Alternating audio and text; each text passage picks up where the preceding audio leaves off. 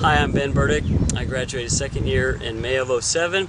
I'm in Valparaiso, Indiana. I'm on staff here at a church here as an associate pastor. I'm also the overseer of BSSM Chicagoland. A few weeks ago, we went to Guatemala, took 16 other students and interns, and had an amazing time. Saw probably 50 to 70 healings, some deaf ears opened, some awesome things that God did. That was before we met up with Chris Gore, and then I lost track of the healings that happened after that. Want to just share one of the highlights of the trip.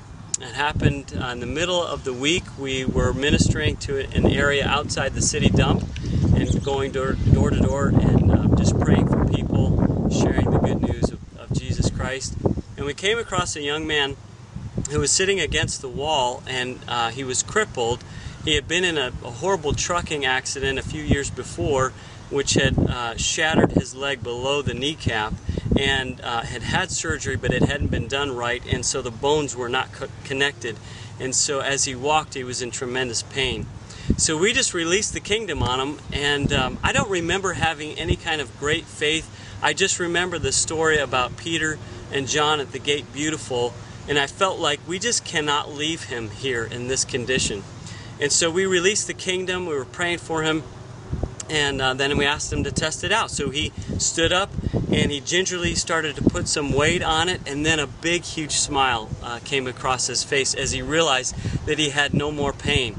And so he's just tears streaming down his face, he's rejoicing and praising God. We all were, but we felt like God wasn't done. So we had him sit down one more time, and his leg was about 4 inches shorter than the other leg, and sure enough, before us, the Lord just grew out his leg the full 4 inches, and so he was completely healed. And some of the bow, his leg, there was some bow in his leg, and that didn't completely disappear, but some of it did.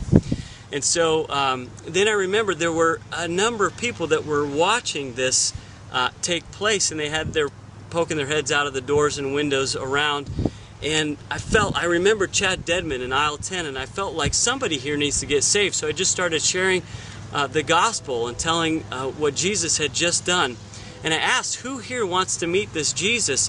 And I heard back from the translator that they were all Christians, but this man who was just healed said, well, I want to know this Jesus. I want to receive him into my heart. So we prayed with him, and he accepted Christ.